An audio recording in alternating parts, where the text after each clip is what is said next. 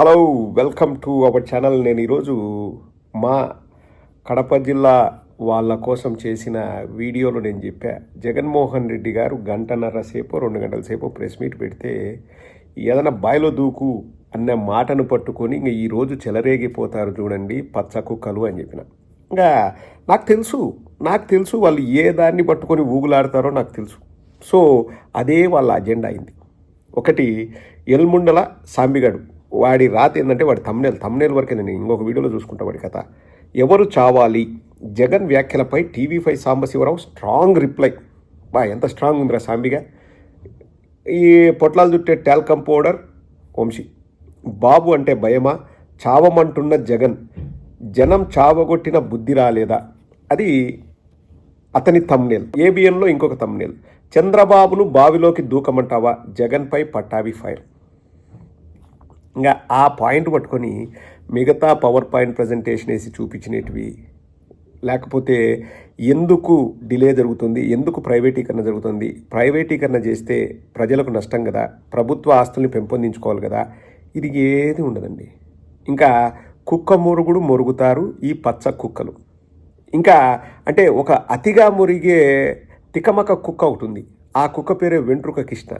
ఏం మాట్లాడుతున్నాడు చూడండి. ఇంకా అసలు జగన్మోహన్ రెడ్డి గారి ప్రెస్ మీట్ ఎవరైనా చూడలేదనుకోండి, వెంకటకృష్ణ చెప్పేది నిజమే అని చెప్పేసి ఫీల్ అయ్యేంత రియాలిటీగా ఆ మాటలు మాట్లాడతాడు. ఒకసారి వినండి, తర్వాత మనం అడుగుదాం. ఈ వెంట్రుకృష్ణనే అతనికి తెలిసిన భాషలోనే అడుగుదాంలే, వేరే భాష వస్తుంది, అతనికి తెలిసిన భాషలోనే అడుగుదాం. ఒకసారి వెంట్రుకృష్ణ ఏం మాట్లాడుతున్నాడో వినండి.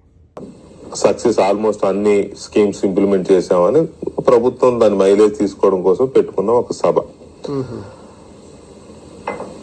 దానికి కౌంటర్ అనే అర్థం రాకుండా కౌంటర్ గానే జగన్మోహన్ రెడ్డి గారు వాళ్ళు ప్రెస్ మీట్ పెట్టాడు. నువ్వు డిసైడ్ అయిపోయినావు. సరే, ఆ ప్రెస్ మీట్ ఎందుకు పెట్టాడు ఏంటి అనేది అది వేరే విషయాలు, దాంట్లోకి ఇప్పుడు వెళ్ళడంలా, నేను తర్వాత వెళ్తాను గానీ ప్రెస్ మీట్ ఎందుకు పెట్టాడు అనే దాని మీద. అయితే ప్రెస్ మీట్ లో ఆయన మాట్లాడింది ఏంటి అంటే, ప్రధానంగా అసెంబ్లీకి ఎందుకు రావట్లేదు, ప్రతిపక్ష నేత హోదాని తనకెందుకు ఇవ్వడం లేదు ఈ ప్రభుత్వం, కూటమి ప్రభుత్వం, కోర్టులో కేసు ఎందుకుంది, గతంలో చంద్రబాబు నాయుడు తాను ముఖ్యమంత్రిగా ఉన్నప్పుడు చంద్రబాబు నాయుడు అసెంబ్లీ నుంచి వెళ్ళిపోలేదా, అప్పుడు ఎవరు ఏమీ అనకుండానే రోధించాడు, ఆయన ఏడ్చాడు. ఇలాంటి చాలా లూజ్, చీప్, దిగజారుడు మాటలు మాట్లాడాడు.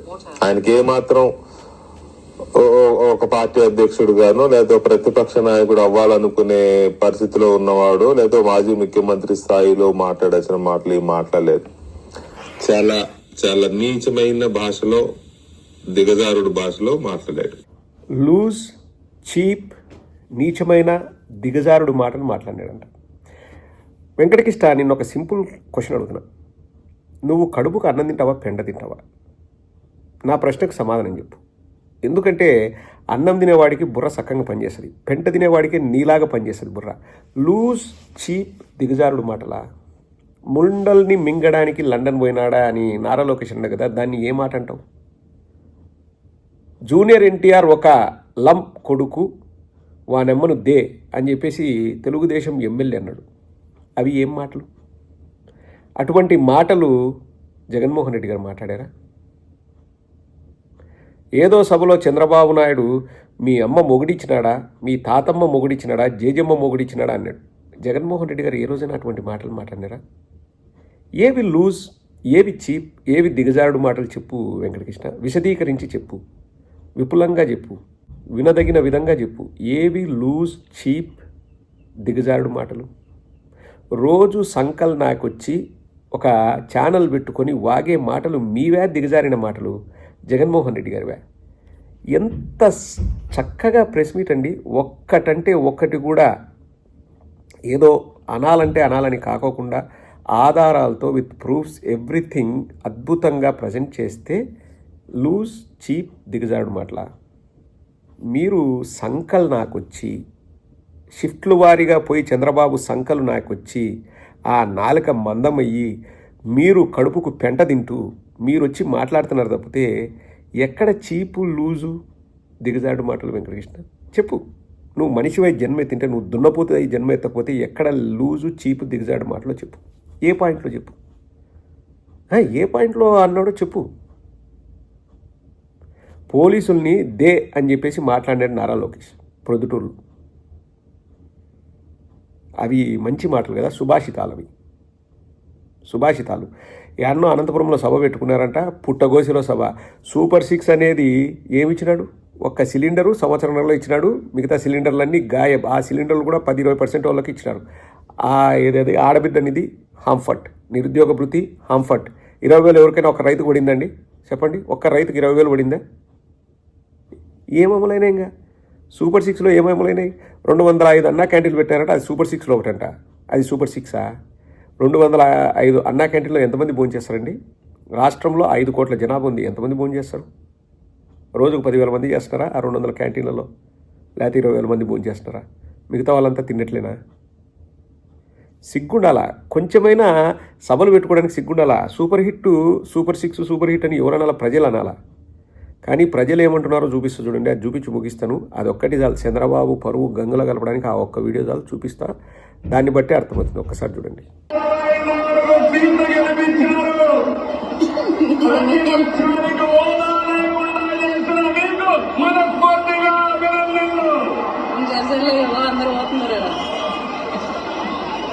ఇంకొక పక్క 21 లోకసభ సీట్లు గెలిపించారు.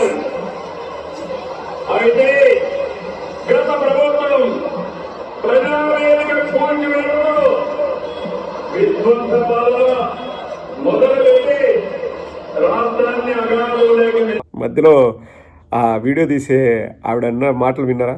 సర్లే ఇంక అందరూ పోతున్నారని. ఆడ లైవ్ జరుగుతుంది, పెద్ద స్క్రీన్లో కూడా లైవ్ వస్తుంది. అందరూ వెళ్ళిపోతున్నారు ఎవరి కొద్ది వాళ్ళు. ఎవరికి ఇంట్రెస్ట్ ఉంటుంది? జనాల్ని తోలినారు, డబ్బులు పెట్టి తోలినారు.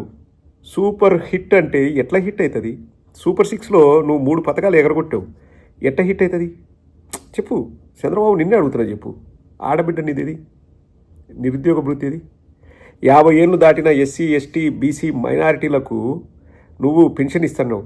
ఏది యాడిపోయింది అది?